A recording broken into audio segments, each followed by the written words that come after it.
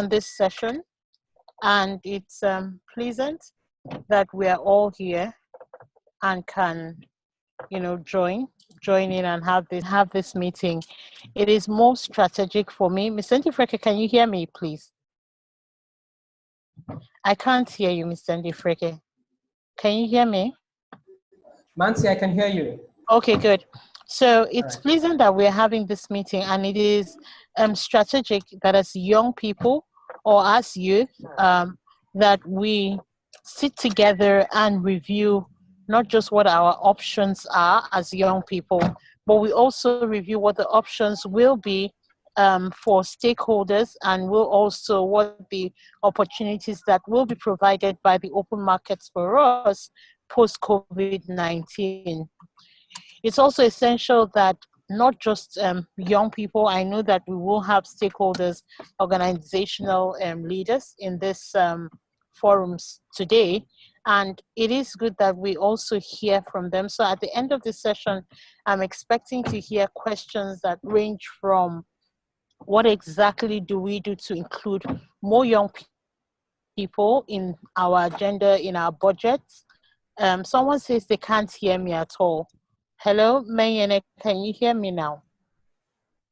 Mmanti, I can hear you. I think if the person is not hearing you, maybe he has to do something His from microphone. his own end. Okay. Yes. All right. So, just basically saying, Shelter Africa, sorry.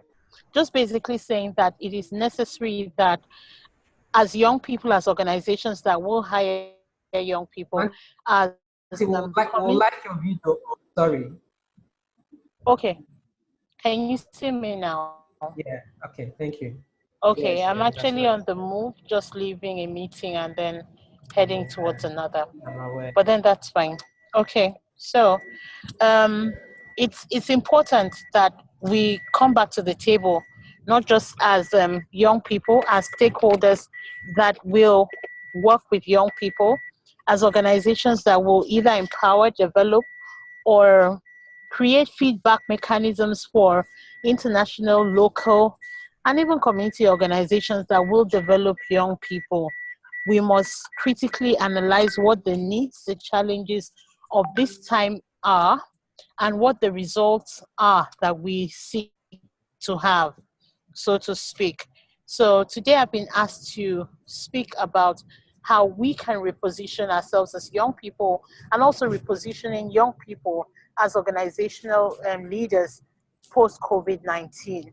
And that's why I'm here. So again, I say thank you to the leadership of the Bridge Leadership Foundation for deeming me fit to share a bit of my knowledge. No knowledge is total. So on this call, I'll also be listening to hear what your own view is to how, as Nigerian youth, as African youth, can we strategically place and position ourselves to be able to lead post-COVID-19. I'll start by talking about what the basic needs of a young person are. What are the basic needs of a young person? We seek employment, we seek food, we seek funds, finance, whether it is to pay our basic bills or it is to earn a future that we all desire.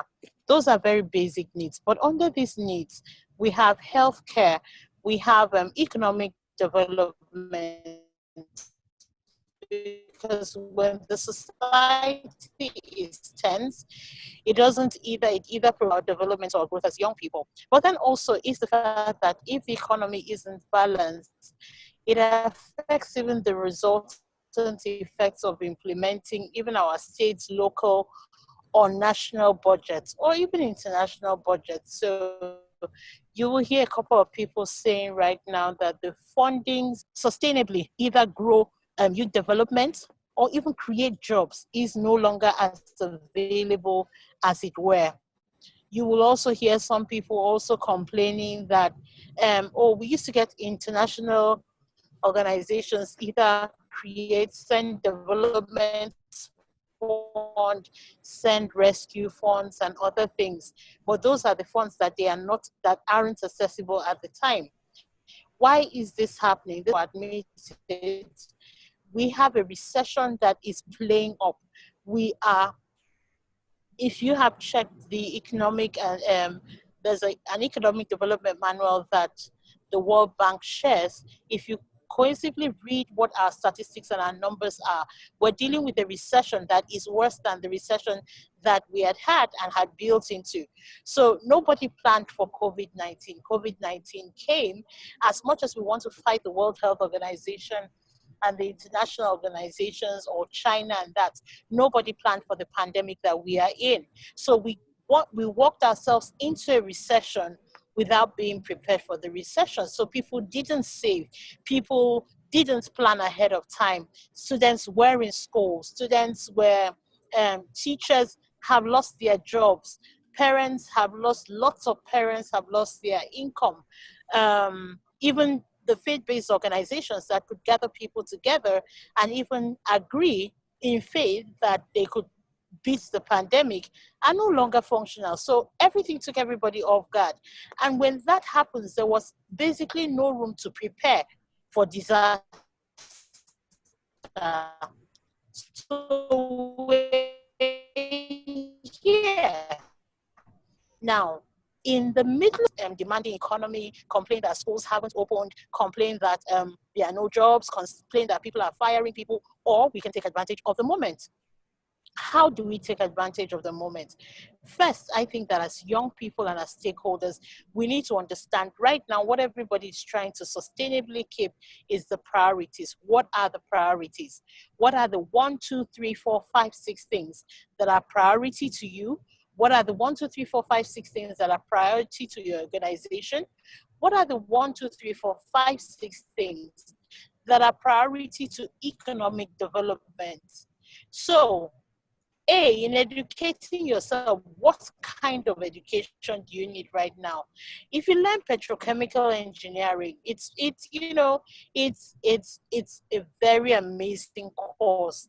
But right now, petrochemical engineering will not help that we have. To be relevant in today's economy, the first question you need to ask yourself is, what do people need? If you provide a solution for basic needs, then you become relevant in the economy or the society. So, one, repositioning yourself, whether as a person that is going to create jobs or a person that is going to get the job, is to ask, what are people looking for? What are people looking for? Educate yourself. Now, everybody is working virtually. How do you provide virtual assistance? There are billions of children that are not in school. How exactly are your smartphones? How exactly are your educational facilities? How exactly are your companies going to bridge the gap between technology and the need of the day? Many parents will not have the ability to homeschool their children because of proximity, because of lockdown, and because of the enabling or disabling effects of COVID-19. You may not be able to assess those parents. But then you can provide a learning structure that bridges the gap between what the parents need, which is education, and then what it is that you have. And that way you get paid, because online transactions are still going to go on. So they're going to pay you for a service that is not something that you need to provide by being physically present. You can manage your time, you can receive your fundings, and then you can also deliver the service.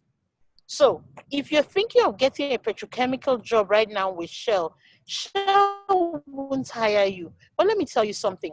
If people charge 20,000 naira, if the basic charge for homeschooling is 20,000 naira for 3 hours a week, 3 hours a week, think of how much money you will be pulling out of bank accounts of people by the efficacy you pass across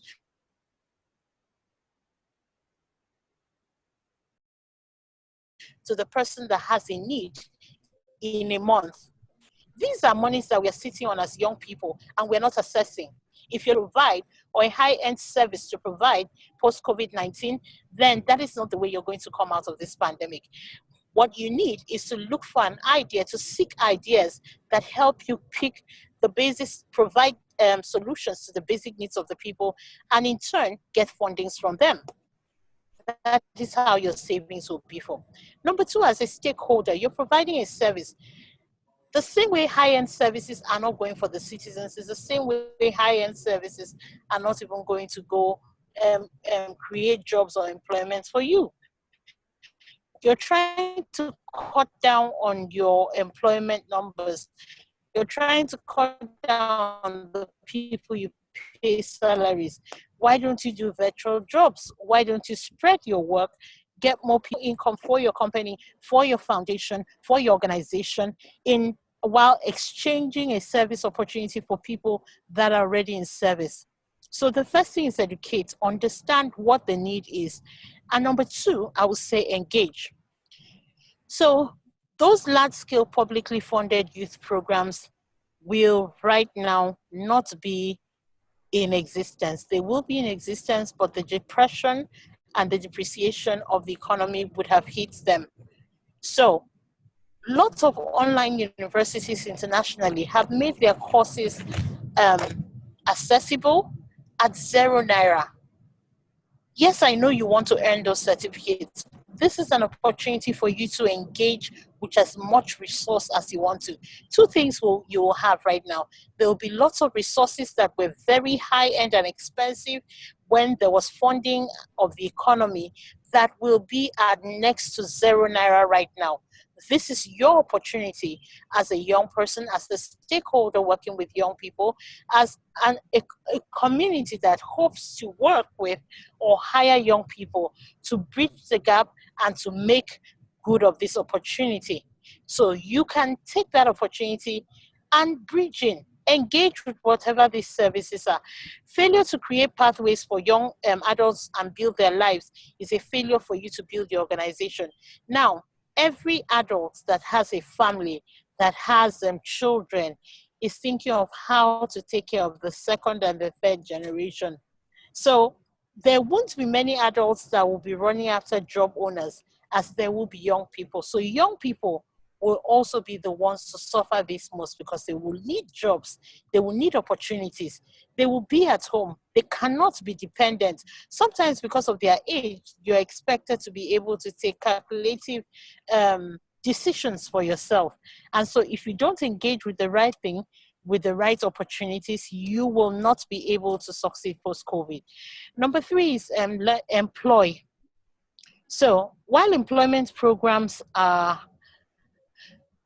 an appropriate emergency response to engage youth, build skills, and stabilize communities, they do not replace the need for dynamic private sector that fosters innovation and creates jobs that sustain stability and posterity.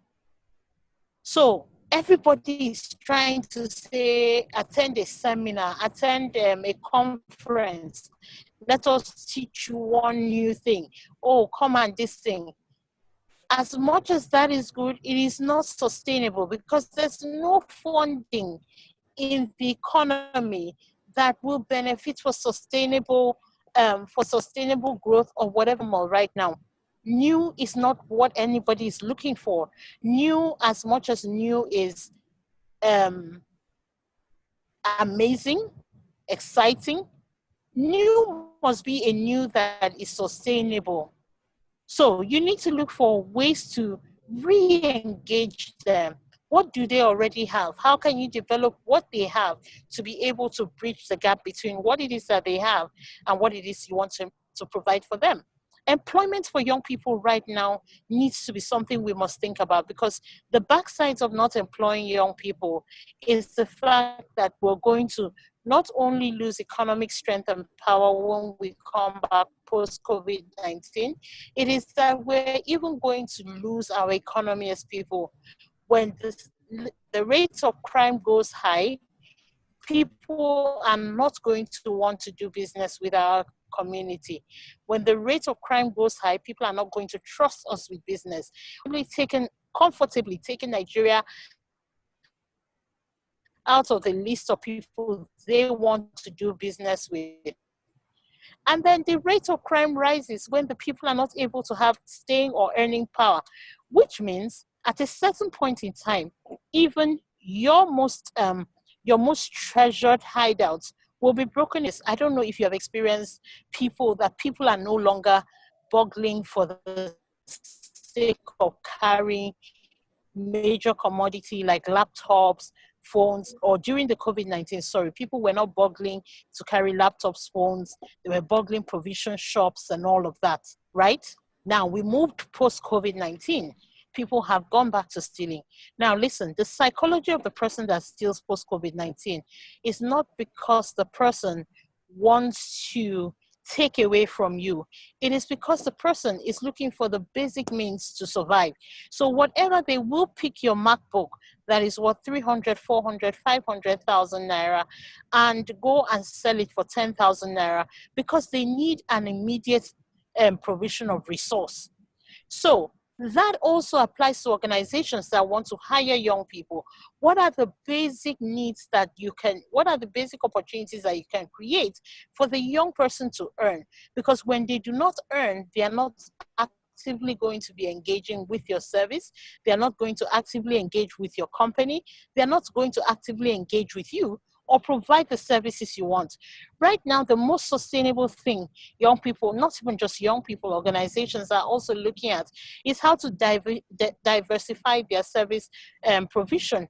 So if we used to use FedEx and we used to use DHL, what other means can we make our services delivered at such a short period of time without such overhead costs, which ultimately also means that lots of young people will not have jobs. And in not having jobs, it means that there's going to be youth restiveness. The youth restiveness that they have fought over the years is going to become a mainstay.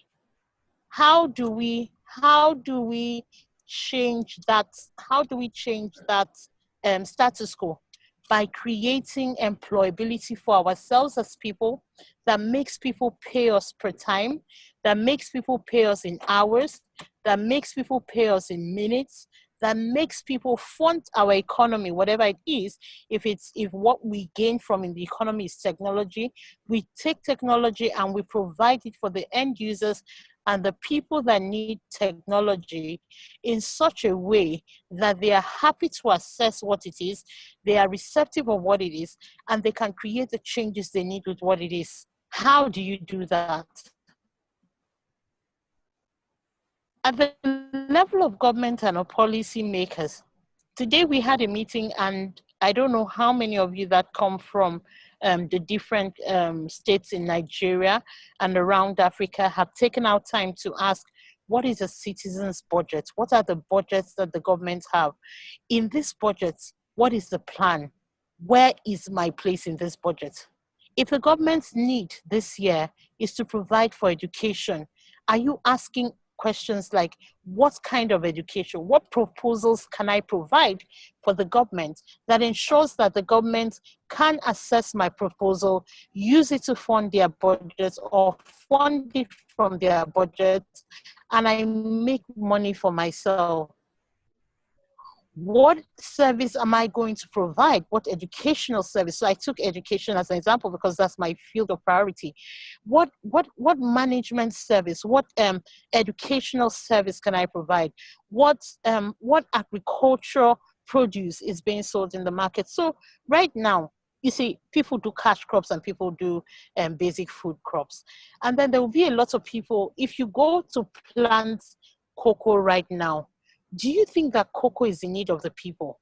As much as cocoa is an export product, but how exactly are you going to export when the borders are majorly closed? Do you realize that the cost of exportation right now, when you're trying to export using the dark sea routes, breaks you more than half into the profits you would have made exporting rightly? So why would any sane person do that? But you know that the number of times people stay at home, the longer people stay at home, the longer people stay in a particular position, they are going to keep eating. Why ever finishings? What is wrong with maize? What is wrong with plantain? People will always eat. How can you convert your lands? How can you rent lands to produce? So when you say there are no jobs, the question is, what kind of job are you looking for? When you say there are no opportunities, the question is, what kind of opportunity are you looking for? Not everybody is going to be a farmer. Not everybody is going to be a trader. But listen, There is nothing derogatory about doing farming, and there are different ways you can provide farming services. What happened to processing the farming produce? There are lots of farmers that have no clue whatsoever how to process and finish their goods and send to the market. If you become the iron bender that takes their products and helps them process it, or you become that person that takes the processed products and brands it for the market sales, you make your money off your branding. You make your money off the sales. There are so many. So we need to start looking at the problem and not just looking at the problem as a whole problem. You need to break it down into smaller units. If I am in this environment and we're in a lockdown, what exactly can I do? Everybody in this environment is going to eat. Everybody in my neighborhood wants breakfast. Everybody in my neighborhood wants lunch. Everybody in my neighborhood is going to have dinner. What are the basic things they will need? I can sell eggs. I can supply them with chicken. What can you do? And so you find a poultry that supplies you and you break it into smaller bits and you supply to them. What are the basic needs of the Bridge Leadership Foundation? Or they are going to want to send out memos. They're going to want to send out publications. They're going to want a designer. They're going to want somebody that markets their programs. What service can I provide at the comfort or my zone that is needed by the other person that can yield me money? So everybody wants to do the thing. Now everybody is selling nose masks. If you had said to anybody that nose masks will be accessible everywhere, nobody would have believed it. But let me also show you what the problem is. You see people holding on to the nose masks that you want to use all through the, to prevent COVID-19. And everybody is trying it out. When they try it out, they say, no, I don't like this one. They drop it. They try it out. What happened to us having a warm stop? What is a warm stop? It is you just having something that's like a hot pot on coal that brings out a bit of heat and warms the nose mask. Do you know that people will pay premium for that? What exactly have you done? You're still selling nose masks. It's just presentation that is a different thing. What happened with you taking a basic document that Mmanti or Mmanti or Victor Yang or Wills or whoever writes, and taking it and designing it into a publication that people will want to read and read again and people will pay for? What happened to data? How are we using our data? Some of us buy data and we just burn it. Meanwhile, there are other people that are using this data, like I started with saying, to homeschool other people's kids. So let us take a little break and ask ourselves, everybody on this call can speak English, can't we? Can we all speak English? If you can speak English, just raise your hand on the call. We all can speak English. Yeah. We can all speak English, right? Okay, good. Do you realize that there are students in their houses right now that need English teachers?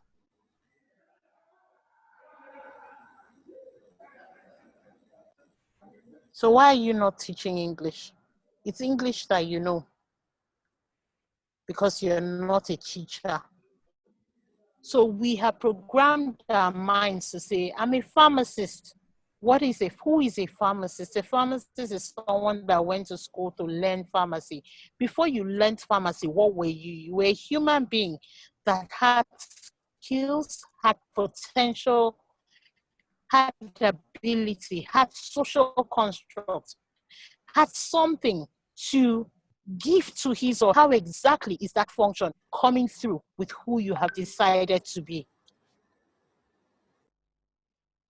All of us here can type using our phones. What happened to typing documents? What happened to creating proposals? Now everybody wants to pay for something. What is the service that you have to provide that they can pay for?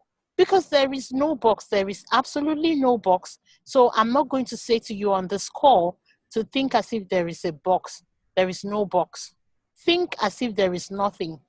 And then when there is nothing, the next thing you want to do is to see how it is that you can make something out of nothing. Stakeholders, organizations will only hire people. You see that thing that we were saying when we were saying the 21st century skills, and organizations were decrying 21st century skills, and they were talking about skills for the future, and everybody was saying, the World Economic Forum is saying, listen, this is that time. That time we're being prepared for. People will use artificial intelligence in their restaurants.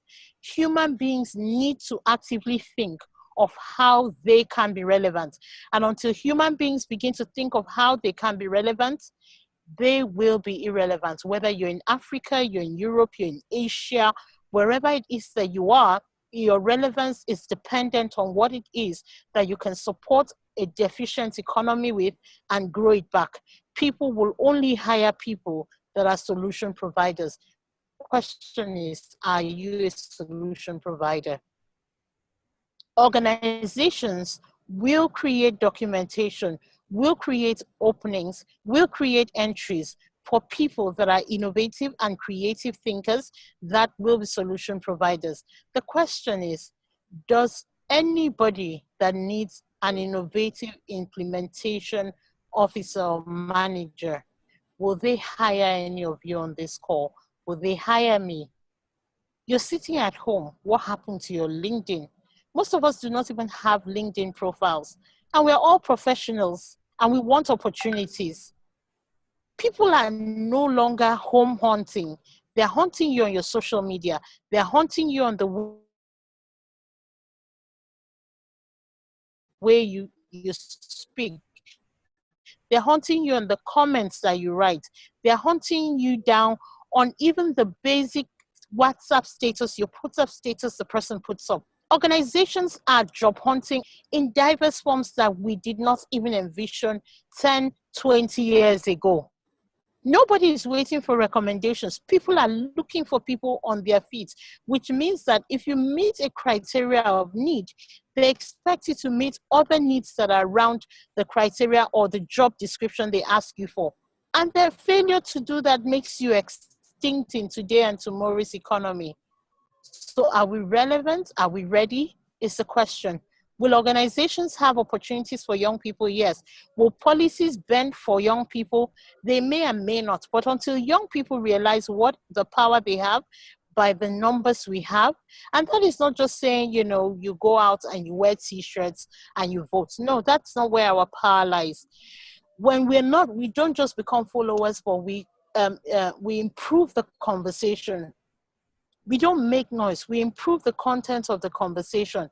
You don't just ask for 10%. You don't just ask for employment opportunity. How many of us have gone into the Constitution and pulled up a constitutional analysis that allows for them to hire young people post or before COVID-19 and have applied it to conversations that we have with our policy implementers, our stakeholders, governance, people in governance, or basically even our government? How many of you have attempted to put down your signatures together as a group or as a team to ask for a policy to be reviewed or re-implemented for your own good or for your favor? So post-COVID-19, look across the nations. Let me take a clear example, what teenagers did in the US. Teenagers on TikTok, they've never met themselves, they came together and they signed out Donald Trump's event. There were 4 million seats. They signed out and only 6,002 people arrived at that event, 4,000 seats, sorry. They completely registered for that event. That is how to make a statement. You mustn't physically appear, but with what you have, what changes can you increase? So I'll pause at this time and ask if there are any questions.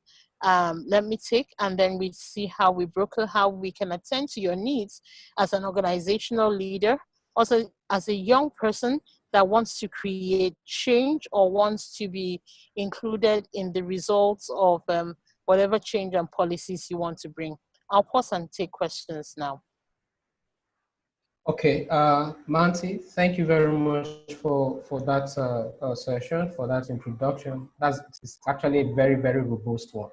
I hear you, and seriously, everything you've actually touched on, they are so germane to us and so basic yet we still find ways of grumbling with them, trying to understand them. And truly speaking, it was only last week it dawned on me how unaware and how unprepared, even though COVID-19 has been with us for, at least in this part of the world, for say since February, which is close to about 4 months now, I think, and a lot of young people, whether educated or not, are still yet to grapple with the realities that they find themselves in. It's like they don't know how these has impacted the opportunities. They think is a malaria fever that they're having that will be over after 3 days, and then they will return back to their life as before. And I hear conversations like that, and I'm wondering, are they actually aware? And my question is, which I want you to throw a little light to, is, from your own interaction as a professional and within the spaces and sectors that you work in, number one, what do you think is responsible for this huge level of unawareness or refusal to come to terms with reality on the sides of young people, and a large member of the community? That's one. Then two, even for those of them that are trying to come to terms with it, how do we get them to begin to think in a different direction?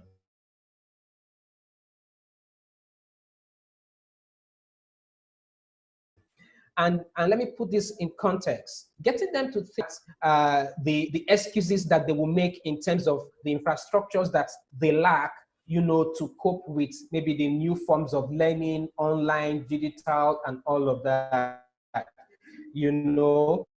or the platforms that they're already on, that is not giving them the kind of skills, information, and knowledge that they think that they require. What's your response, and what have you found out, within your own space of work along these two lines? While I allow others, to begin to think about their own questions, I can see one or two questions already dropping, but let's see how. Let me get your reaction to this too. Manti, can you hear me? Unmute your mic. Unmute your mic. I can't hear you. Okay, yeah. So in quickly answering that question, I want to first quickly say that I think that the way we were educated as young people is a challenge that we first need to deal with. As people, which means that we were educated to work in industries, which means take this instruction, work with this instruction, wait till the next instruction comes. Or we're given machinery, which means is either you put left, those light bulb switches, is either left or right. To think of a time when the light bulb switch is not available, and you'd either think of connecting the wires. We did that, connected the wires, and then the fans came on or the lights came on.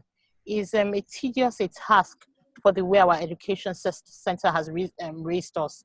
In order for us to bridge that gap, the first thing we will need to do is to even understand what it is that the challenge of learning is. If our people need to unlearn the way they were taught to take instructions, they need to start learning to become active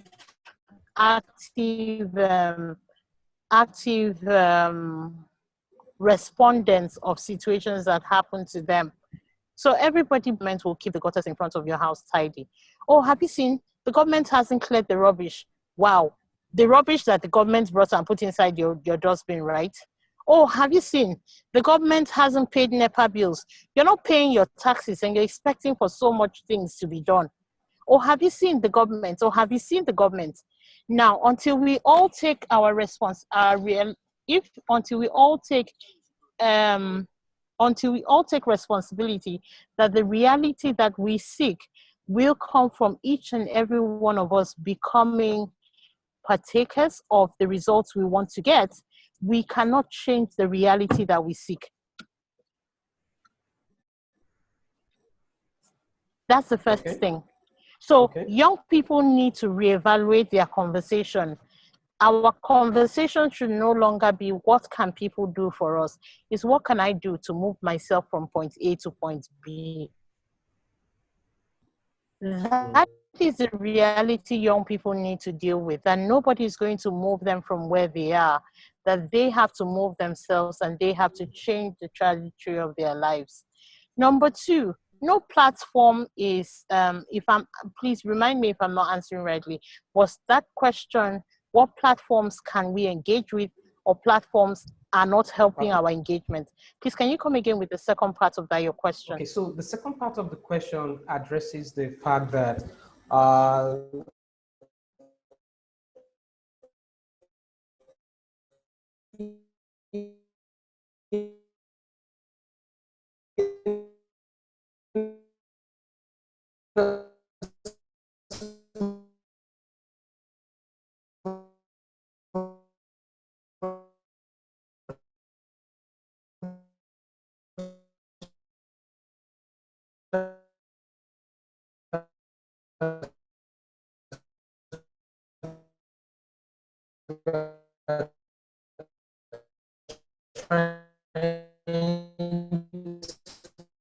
get them to learn certain things and all of that.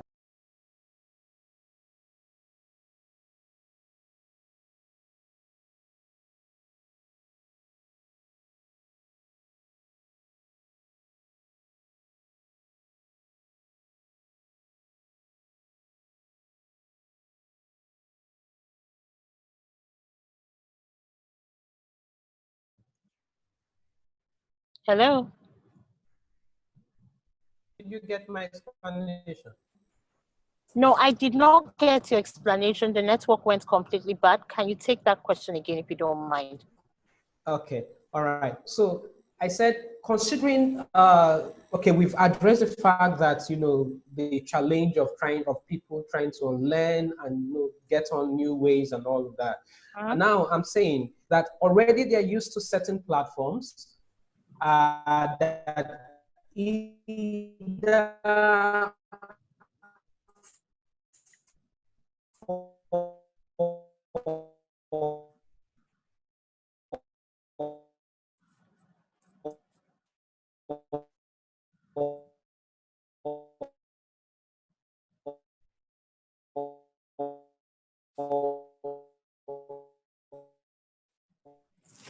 Okay, so I don't lack know. of infrastructures or lack of the platforms that they can begin doing things and all of that.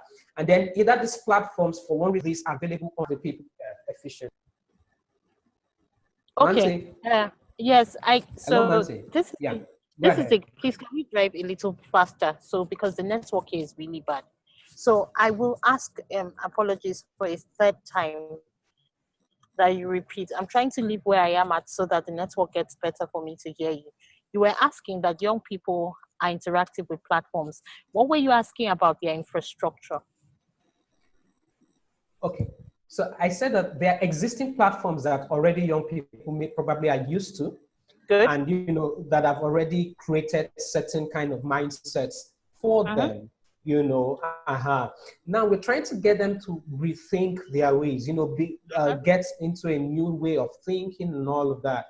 Now, either because of lack of access to certain key infrastructures, take for instance, maybe data, internet, online platforms, and all of these things. Because like you rightly identified, to a large extent, because of the former way of thinking, the first thing that comes to their mind is how to Yeah, survive, how to exactly. survive, how to survive, Yeah. how to survive, So how can we get platforms to, on a large scale, sufficiently make them understand that we are here, and then you can trust us to, within a particular point in time, get you transformed from point B to point Okay, A. so you see, the issue of trust is individual. the issue of trust is individual, because if it is that you realize that you have tried other means and they haven't worked, then your next thing is to, what can I do differently? The next thing is, what things can I do differently? And so the question is, what is the individual looking for? Let me address this matter of need. A need is only a need to the extent with which the person wants something or desires a thing. We cannot define what that need is. You see, if people feel that their heads are going to, they are going to drown, they are going to, you know that thing they say about a dying man. You know that thing they say about a dying man trying to hold on to anything. Anything you see. Until the young people that have a need recognize what the difference between what a need is and a want is, you cannot help them come from point A to point B. Let's get that clearly first. When we get that off the table, number two is, until the extent with which they realize that they have a need, you cannot create a change for them. All right. So there must be an understanding of a need before they even look for a way to help. And that is why they believe that a stick, which they see from a distance of drowning, which may actually be a log that will help get them out of whatever issues they are in, is actually a log. I don't know if you understand my narrative. So I get you. Trusting organizations like Bridge or whatever organizations that they need to take them from where they are to where they're supposed to be is dependent on what their needs are.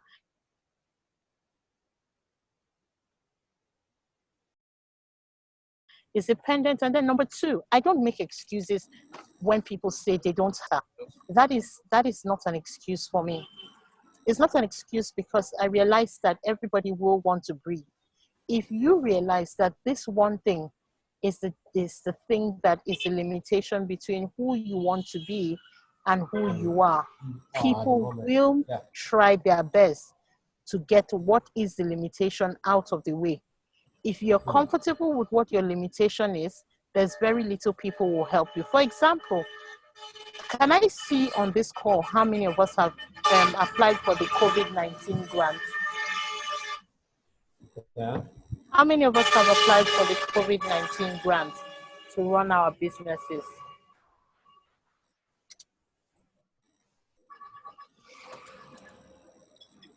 How many of us have applied? You can do that by show of hands, or you drop a chat.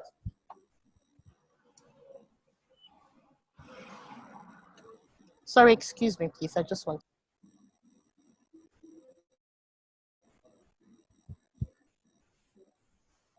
Okay, I hope you got the question. The Mmanti asked if you have attempted applying for the COVID-19 grant, you can identify by a show of hands, or you can just drop a comment in the chat you did.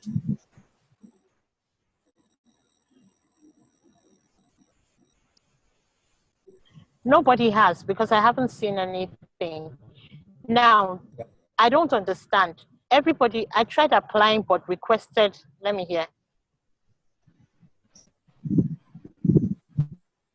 Hey, Cherish, do you want to talk to us about that? So let me try and start responding to this questions. You said, can we have a video on? Okay, kindly drop. Okay, how do I attract students? Because I intend opening a place for home lessons. How? You think of how. If your how doesn't work, then people can contribute. What is your first idea? Who is Cherish Nwankwo? I'd like to know what, can you unmute Cherish Nwankwo? Let the person share with us what the person's first attempt is to get students. Cherish, go ahead and speak. You can unmute your mic. All right. I went for a place. Can you hear me?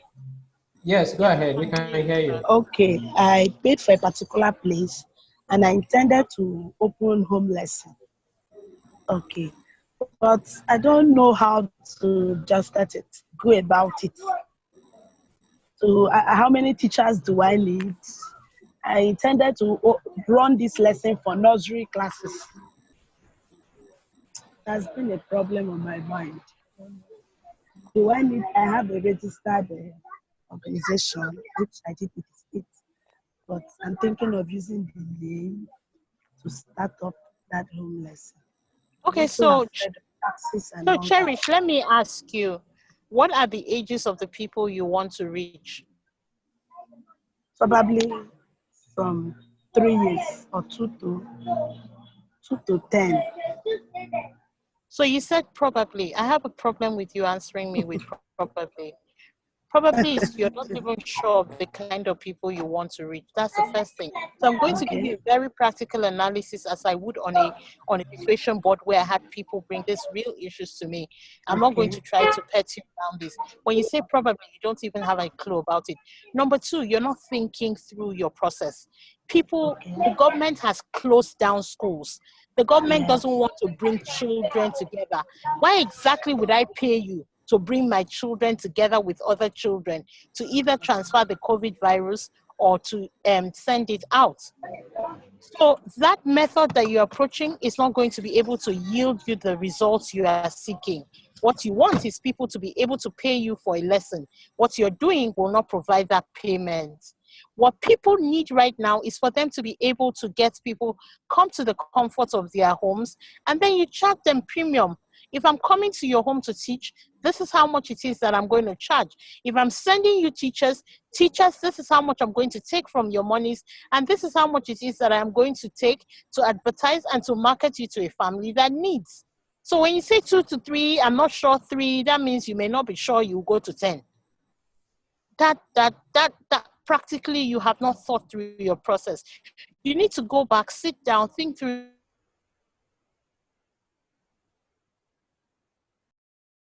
your process. When you think through your process, the children you need are everywhere. Just yesterday, I was brokering between the two teachers I need. I had to pick a premium teacher from another family and place him in this other family because this family was able to afford what it is that the person needed. So Cherish, please go back, do your homework, sit down, think of how it is that online schooling works. Think of how it is that you can provide that online schooling from the comfort of your home.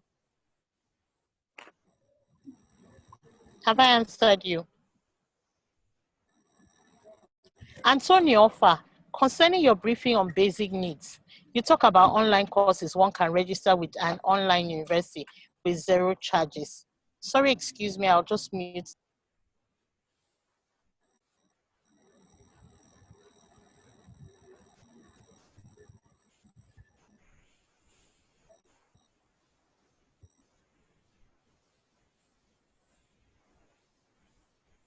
Okay, so if your questions is such that you will need to explain it, you can just let us know so that we give you approval to unmute your mic, and speak into the call.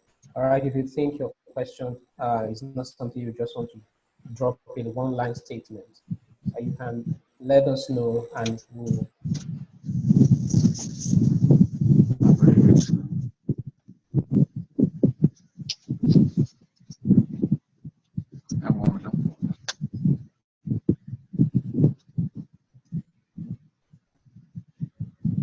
Maybe go ahead to unmute your mic. All right, Mmanti, do we have you back?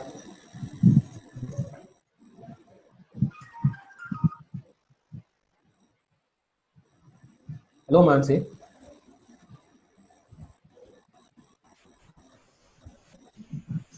Can you hear me, Mmanti? Yes, I can hear you. I wasn't able to log in. So concerning your briefing on basic needs, you talk about online courses one can register with online university with zero charges. Can you please kindly provide the university names by direct link? Thank you. Please, who is Antonio Offa? Anthony, identify yourself. Hi, Anthony. I don't think he's still on the call. I tried applying. Okay, Cherry says she's tried applying for COVID-19 and it asks for a registered organization. Okay, somebody's microphone is on.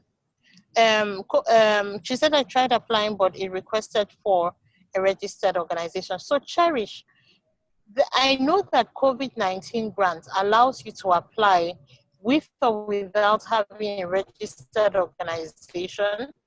And then when your fundings come through, they use your fundings and directly register you through CAC. So I think you should review the application, and then I would introduce you to someone that can also help you through your applications, if that is okay by you.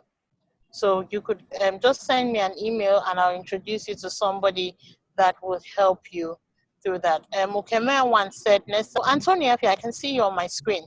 You said I should give you a list of the university names. That's me doing too much work for you. Go to Google. This is what I can do for you. Go to Google. Look for the courses you want to learn and look for free courses, free online courses. Go through the schedule that you see. Try each one of them and follow through and find the university you're comfortable with. When you're comfortable with a university, leave that place. Go and check their reviews.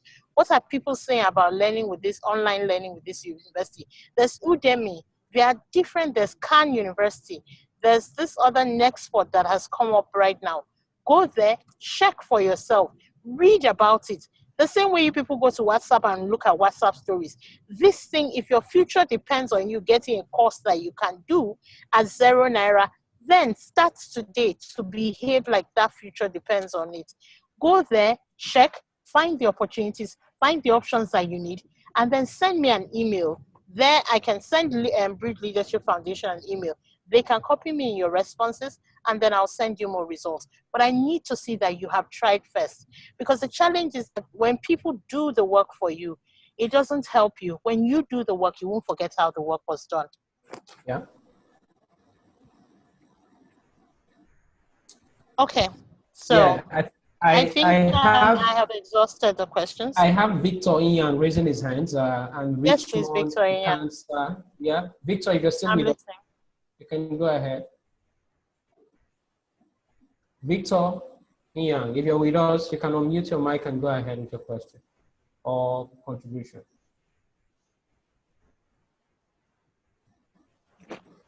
What of Richmond? Richmond, do we still have you here on this call?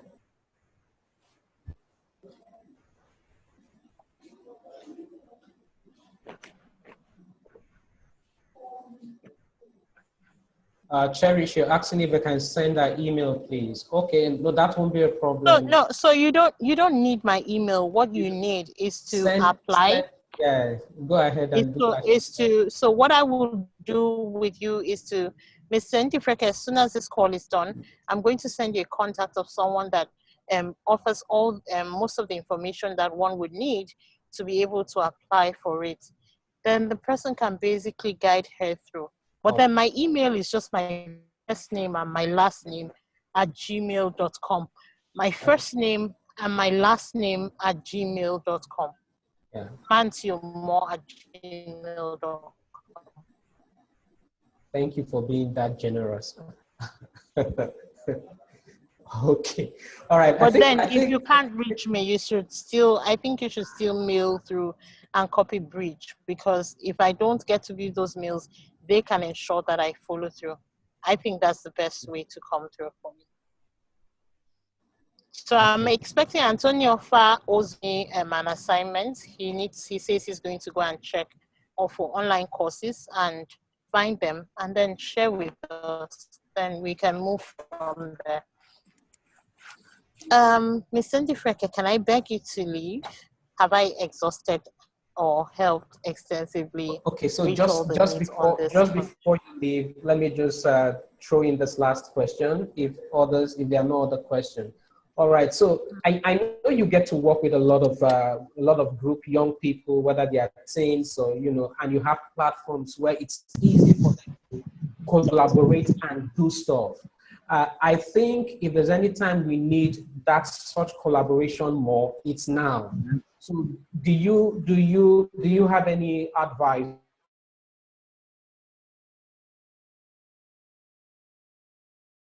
or suggestions on how you think we can increase the skills that the other person may be lacking, or skills that the other person may be lacking, to come up with solutions that are defining in this moment? Can you just quickly speak to that in a minute?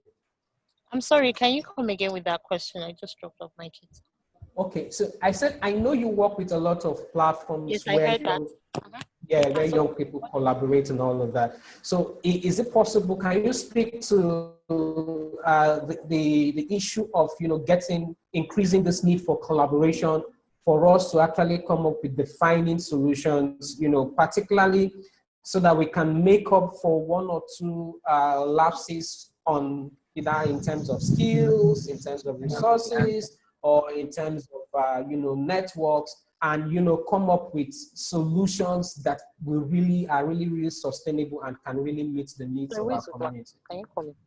Okay, so the first thing I have found very bothersome is the fact that the African would rather collaborate with the, and I'm not racist in making this statement, is the fact that the African would rather collaborate with the British, the American, or international organizations.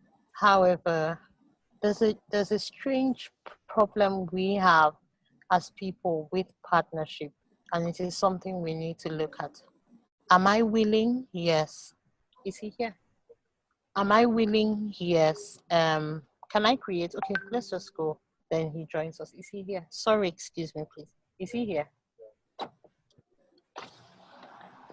Where are you headed? So let's drop you up there. Sorry. Okay, I'm sorry about that. Am I willing to partner? Yes. The question should be, why are we afraid of partnership? Because in partnership and collaboration, we can conquer much more. We can get more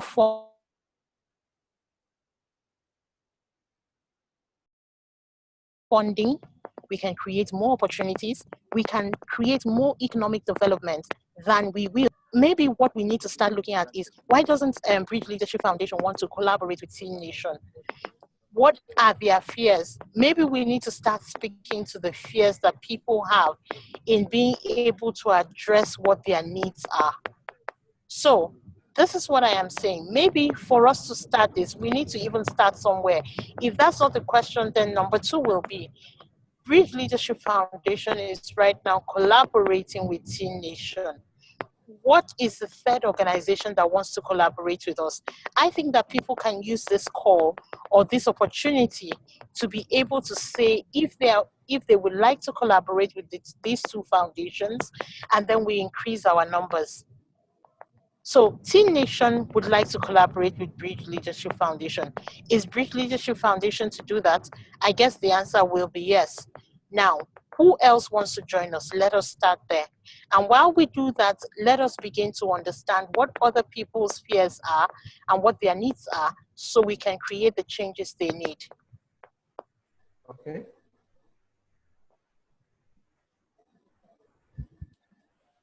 Hello? I'm here, please. Okay, you're there. All right. Are you done? Yes. Yes, I am done. I responded. I said that we need to find what it is that is the reason people don't want to collaborate.